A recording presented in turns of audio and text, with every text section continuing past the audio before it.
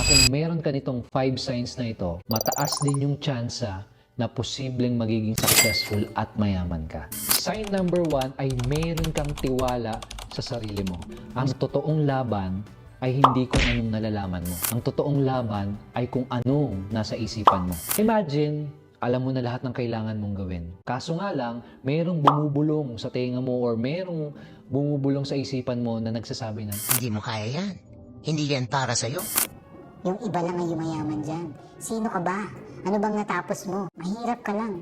kapag may mga ganong negative thoughts na pumapasok sa isipan mo o meron kang ganong naririnig sa tenga mo, ano sa tingin mo mangyayari? Kahit alam mo pa lahat ng kailangan mong gawin, magpe-fail ka. Ang madalas ko nga sinasabi, maraming tao gustong malaman kung anong gawin. Pero hindi lahat ng tao gustong gawin yung mga nalalaman at natututunan nila. Bakit? Kasi may takot, may duda, walang kumpiyansa sa sarili, walang tiwala sa sarili. So ikaw, tatanungin kita, mataas ba yung tiwala mo sa sarili mo? Kung yes sa sagot mo, isang sign yun na magiging successful at aasenso ka.